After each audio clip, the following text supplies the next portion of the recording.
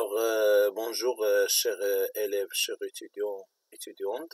Alors, on va donc entamer dans cette capsule la deuxième partie que nous avons vue dans la première partie. On va donc entamer cette deuxième partie concernant les amortissements.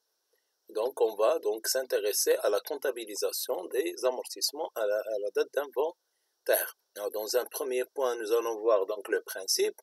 On sait bien que l'amortissement, il présente deux aspects, donc il permet la constatation d'une charge. Donc ainsi, on débite un compte de la classe 6, donc intitulé dotation. Il indique aussi une baisse de la valeur de l'immobilisation, donc on crédite un compte de la classe 2 pour indiquer la baisse de l'actif. Alors intitulé amortissement. Alors voyons ça, chers élèves, dans les comptes schématiques. Donc, on va donc débiter un compte de dotation en fonction de la nature de l'immobilisation, soit dotation aux amortissements des immobilisations non-valeurs, ou bien le 6192 dotation d'exploitation aux amortissements des immobilisations incorporelles, ou bien la dotation d'exploitation aux amortissements des immobilisations corporelles qui sera débitée du montant de l'annuité de l'année N, qu'on calcule à la fin de l'exercice, par le crédit de compte amortissement de la rubrique 28. Par exemple, j'ai donné l'exemple amortissement des frais de constitution, aussi amortissement du matériel de transport.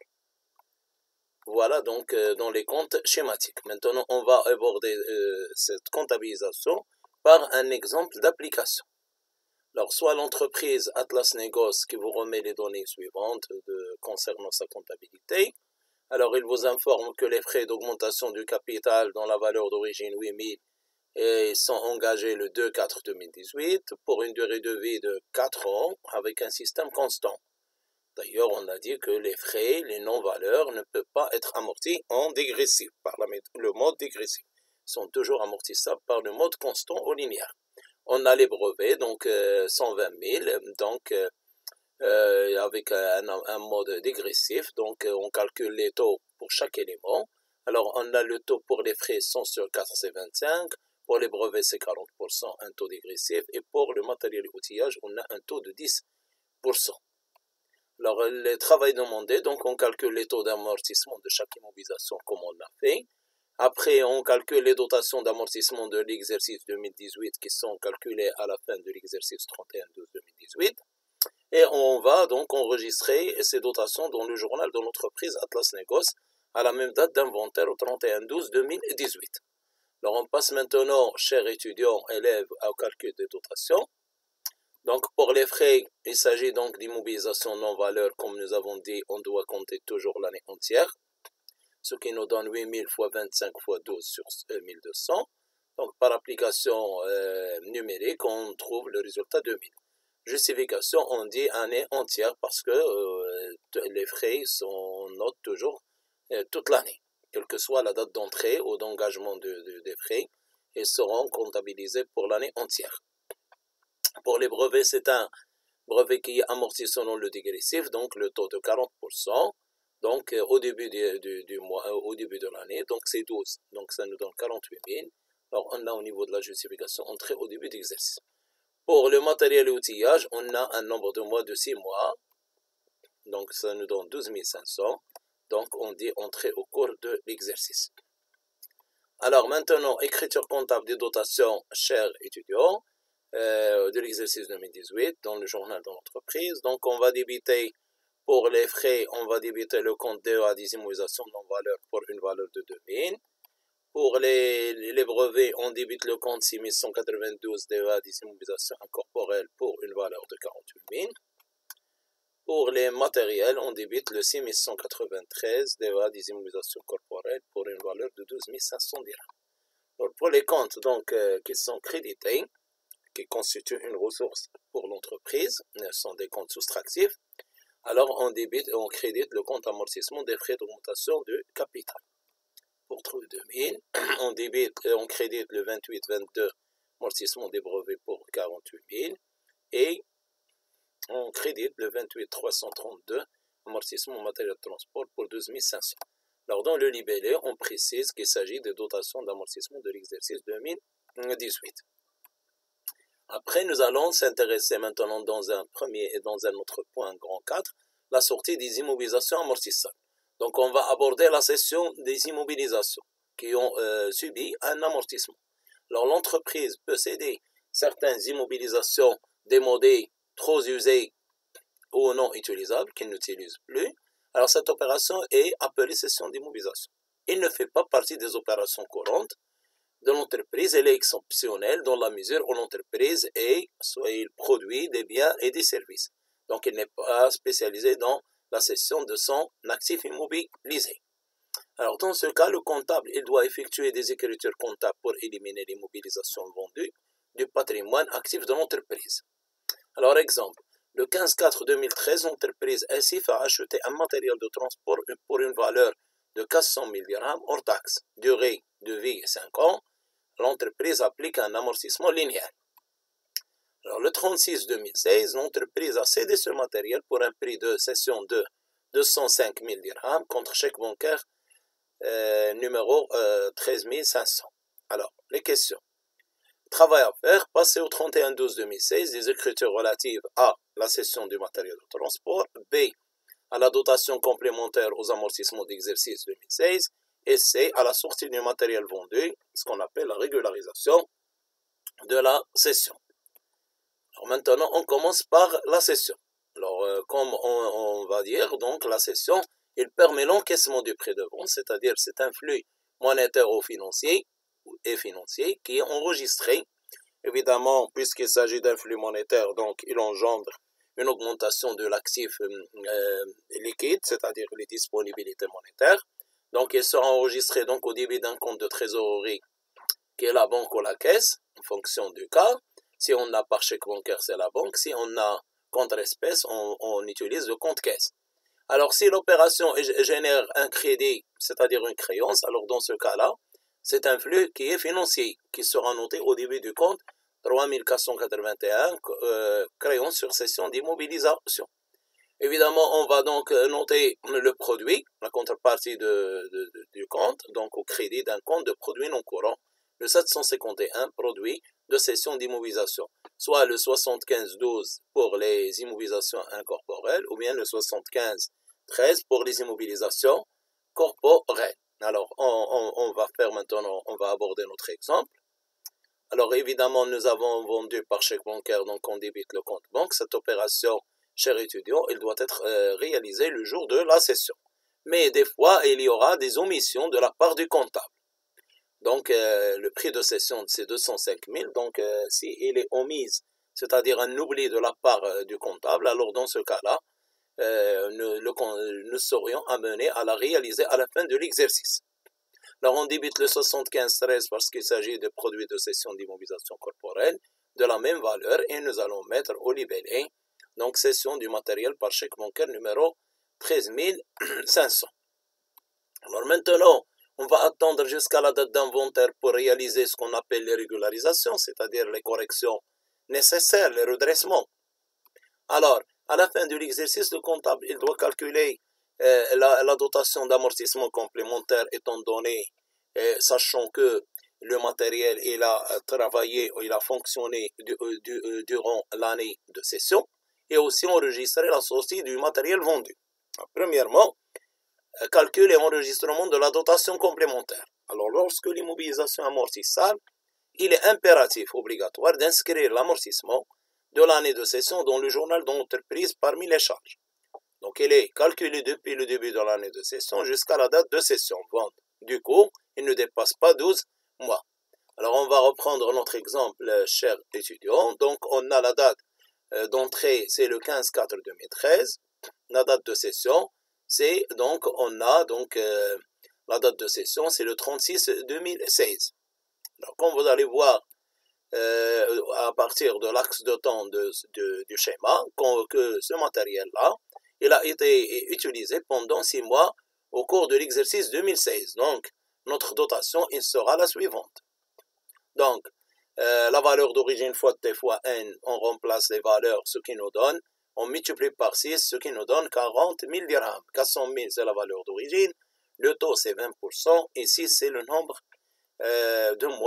utilisés de fonctionnement au cours de l'année 2016, qui nous concerne seulement. Alors, écriture comptable, donc on va débiter le compte 6193 DEA des immobilisations corporelles de la somme de 40 000 et on crédite le compte 2834 amortissement du matériel de transport de la même somme et on met au libellé donc annuité d'amortissement complémentaire de l'exercice 2016. Voilà donc chers étudiants la régularisation de l'amortissement complémentaire. Maintenant on va aborder la sortie du matériel vendu qui constitue un flux donc réel. Alors, pour l'actif cédé, il faut calculer donc le total des amortissements pratiqués depuis la date d'entrée jusqu'à la date de cession. Et aussi calculer la VNA, la valeur nette d'amortissement. Donc, on reprend le même schéma. Donc, ça nous donne au cours de, pour l'exercice 2013, on a seulement 9 mois, donné, donc 9 mois. Pour l'année 2014, 12 mois. Pour l'année donc 2015, on a 12 mois et pour l'année 2016, on a 6 mois. Ce qui nous fait comme un total de 39 mois. Donc c'est 39 mois et non pas. Donc 36 plus 6, ça fait 42. C'est 39 mois. Donc pour l'année 2013, je répète, ce n'est pas 12 mois, c'est uniquement donc 9 mois. Du mois d'avril jusqu'au mois de décembre. Donc, toujours, on doit ajouter un mois. On met 12 moins 4, ça nous donne 8, et on ajoute le mois, parce qu'on a dit dans la capsule précédente que l'amortissement est calculé dès le premier jour du mois d'acquisition, quel que soit le jour d'acquisition. Même si à la fin du mois, on note toujours le mois, et il est toujours compté. Alors maintenant, on va calculer le cumul d'amortissement. Je remplace les valeurs par dans notre formule magique, ce qui nous donne 400 000 fois 20 fois 39 sur 1200 égale 260 000. Je dégage la VNA comme nous avons déjà défini, c'est la partie de la valeur d'origine amortie, qui nous donne par application numérique 140 000. Maintenant, je vais faire la réalisation de l'écriture comptable dans le journal. Alors, donc, je divise le compte 2834 pour, si vous voulez, annuler les amortissements cumulés du matériel qui est vendu, ou bien on peut même le dire pour vider le compte amortissement de ces annuités, de ces ressources qui ne vont plus servir parce que le matériel est vendu, donc de 260 000. En 65,13, je débite VNA des immobilisations corporelles CD, de 140 000, et je crédite le 23,40 matériel de transport de la valeur d'origine du matériel CD. Alors, pour le libellé, je vais mettre sortie du matériel CD. Alors, chers étudiants, étudiantes, élèves, donc stagiaires, donc au niveau de la remarque, je vais dire, donc l'opération de la cession engendre un résultat qui est égal à la différence entre le prix de cession et la VNA. Donc, évidemment, si le prix de vente ou de cession dépasse la VNA, alors on a une plus-value. Dans le cas inverse, si le prix de cession est inférieur à la VNA, on aura une moins-value, c'est-à-dire une perte probable. Une perte, pardonnez. Si on a égalité, on n'aura donc ni perte ni bénéfice. Alors maintenant, mes chers, je vais aborder donc le retrait des immobilisations en non-valeur. Alors, je vais approcher cette situation par l'exemple suivant. Alors, information extraite de la comptabilité avant inventaire de l'exercice 2017. J'ai les frais de constitution pour une valeur d'entrée de 60 000. Date d'entrée d'engagement le 2/8/2013. Mode toujours linéaire, comme nous avons dit, on ne peut pas appliquer le mode dégressif pour les non-valeurs, et la durée de 5 ans. Alors, calculer enregistrer la dotation d'amortissement d'exercice 2013 des frais. 2. Calculer enregistrer la dotation d'amortissement d'exercice 2017. On va présenter le compte schématique, puis on va passer au journal la régularisation des frais de constitution, évidemment, après avoir terminé la durée de vie. Alors, solution. Chers étudiants, donc la dotation de l'année 2013, donc je mets la valeur d'origine fois le taux qui est 20% fois 12 sur 1200, ça nous donne 12 000. On a pris l'année entière. Alors pour l'écriture comptable, donc on débite le compte DEA des immobilisations non valeur de 12 000 et on crédite le compte amortissement des frais de constitution de 12 000. Alors, la même chose, on va le refaire en 2014, 15 et 2016 et 2017. On va donc constater la dotation avec le compte amortissement associé. Toujours, on aura donc au début un compte de dotation qui est associé au compte d'amortissement au crédit, qui montre la ressource, donc de 12 000. Alors voilà donc l'écriture en 2017, c'est identique, ce qui change c'est la date et le libellé. Alors maintenant, on va donc présenter le compte schématique. Voilà notre compte schématique, amortissement des frais de constitution. On sait bien que le compte amortissement est un compte qui est cumulatif. Donc chaque année, on note donc l'annuité de chaque année, successivement, de manière successive. Donc en 2013, c'est 12 000, 2014, 12 000, 2015, 12 000, ainsi de suite jusqu'à 2017. Donc on va constater que, cher étudiant, on a cumulé la somme de 60 000 et non pas de 6 000, pardonnez. Donc on doit donc annuler les frais partant du principe comptable qui est régi par la loi comptable marocaine. On dit que lorsque les non-valeurs arrivent à leur terme, dernière année d'amortissement, alors ils doivent être retirés de l'actif de l'entreprise. Pourquoi? Parce qu'ils ne sont pas des valeurs qui sont concrètes ou bien touchables. Donc, ils ne contiennent pas une contrepartie matérielle. Alors, par l'annulation du compte amortissement, évidemment, qui sera donc débité pour le vider, pour faire un vidage, si vous voulez, et du compte immobilisation non-valeur correspondant de la rubrique 21. Alors, voilà donc la comptabilisation dans le journal à travers les comptes schématiques. Donc, on débite le compte amortissement des frais, et qui appartient au poste de 281 de la valeur d'origine, et on crédite un compte d'immobilisation en non-valeur qui appartient à la rubrique 21. Alors, comptabilise le retrait des frais de constitution totalement amortis. Voilà, donc je débite le 2811 amortissement des frais de constitution de la valeur d'origine 60 000 et non pas 6 000, chers étudiants, et je crédite le 2111, donc frais de constitution de la même valeur de 60 000 parce que nous avons dit qu'on doit avoir un principe de balance entre le débit et le crédit. Alors, pour le libellé, je vais mettre le retrait des non-valeurs totalement amortis. Alors maintenant, mes chers étudiants et étudiantes, élèves et stagiaires, on passe au point 5, l'amortissement dans les états de synthèse. Alors, quelle sera la place des amortissements dans les états de synthèse? Alors, tout d'abord, on va donc aborder ce point par l'amortissement dans la balance. Alors, premièrement, on va distinguer ce qu'on appelle la balance avant inventaire et la balance après inventaire. Alors, la balance avant inventaire, elle est présentée à la fin de chaque exercice comme l'autre balance. Elle contient les valeurs d'origine dans les soldes débiteurs de la classe 2 et les amortissements cumulés calculés à la fin de l'exercice précédent. Attention, chers étudiants, on ne doit pas donc noter l'année en cours, c'est-à-dire l'année N, donc on doit s'arrêter à l'année N-1, du moment où le comptable n'a pas encore pris donc la correction, il n'a pas encore réalisé l'inventaire, donc dans les soldes créditeurs.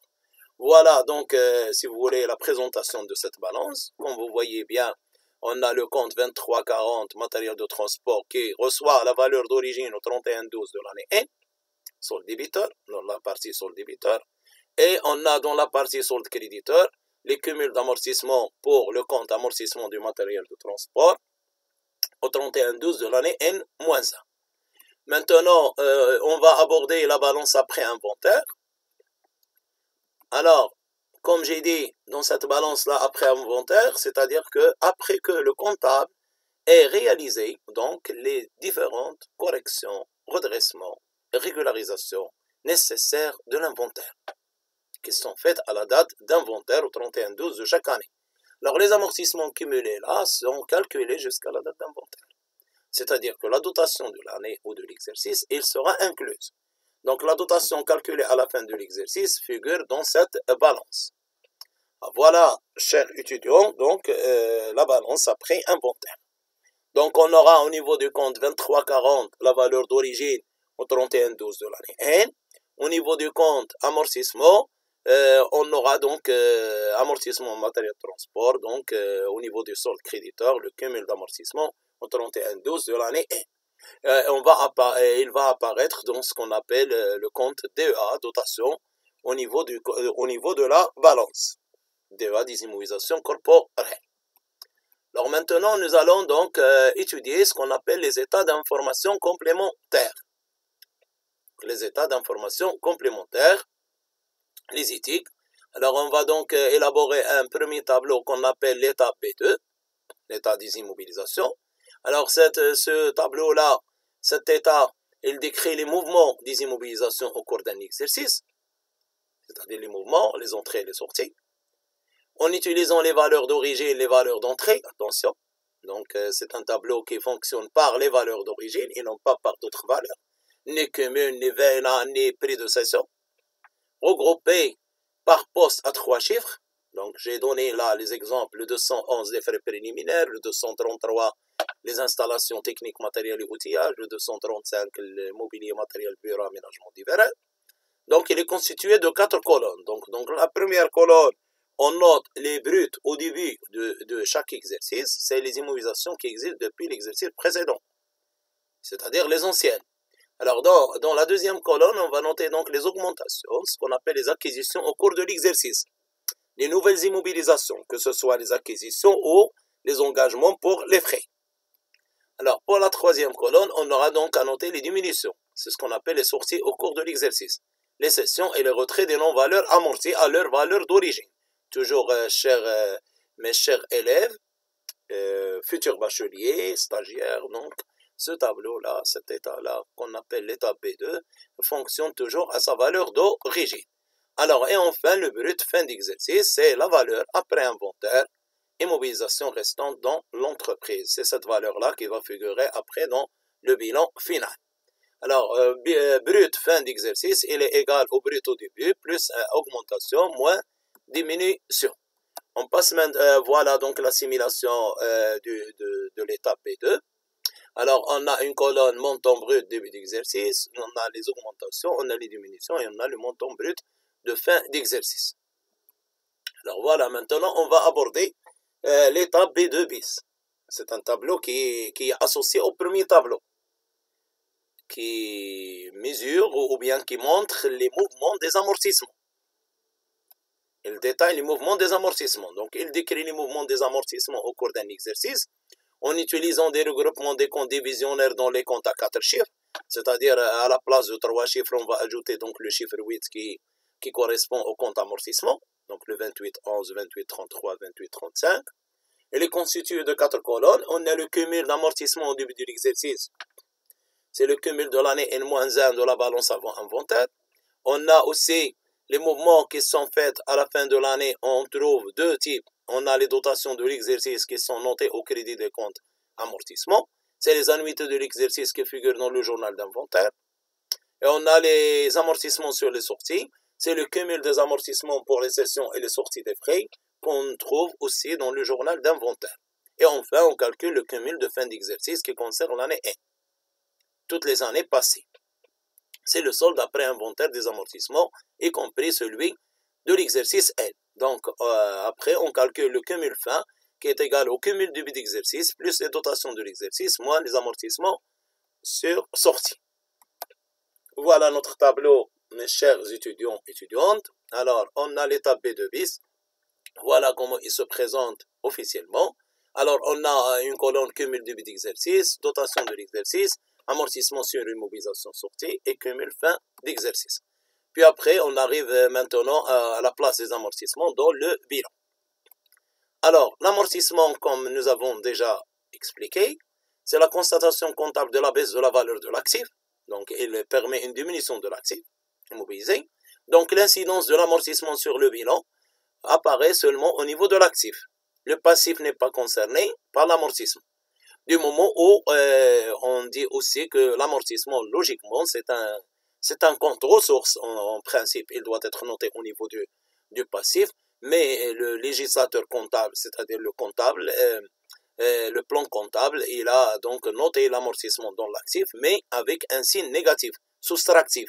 Donc on dit que c'est un compte qui est cumulatif et aussi soustractif, dans la mesure, au lieu de ne pas le noter au niveau du passif, on le note aussi au niveau du compte actif, associé au compte immobilisation correspondant, mais avec un signe moins. Donc le bilan est constitué de 3 colonnes. La première colonne, c'est les bruts, les valeurs brutes. C'est les valeurs d'origine après inventaire au 31-12 de l'année N, brut fin d'exercice, que nous avons pris de l'étape B2. Alors pour les amortissements, c'est le cumul des amortissements en fin d'exercice, 31-12 de l'année N, l'étape B2 bis, c'est-à-dire c'est le cumul y compris de l'année N, depuis le jour d'acquisition jusqu'à jusqu'au 31-12 de l'année N. Et enfin, on trouve la valeur nette.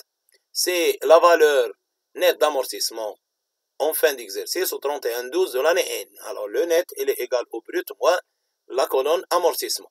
Voilà, chers étudiants, donc la présentation de l'extrait du bilan au 31-12-2016, un extrait du bilan. On doit donc toujours trouver dans la colonne actif les postes de l'actif en 3 chiffres, les constructions, par exemple le 232, les MMP, c'est le 235. Alors pour la colonne brute, c'est la première colonne, l'amortissement, c'est la deuxième colonne, et le net, c'est la troisième colonne. Alors d'ici, cette capsule touche, donc notre séance touche à sa fin. Donc je vais vous remercier pour votre attention et je vous donne donc rendez-vous dans une autre capsule pour traiter un cas, donc un exercice, un exemple d'application, un exercice d'application synthèse que j'appellerai synthèse dans une prochaine vidéo. Je vous remercie.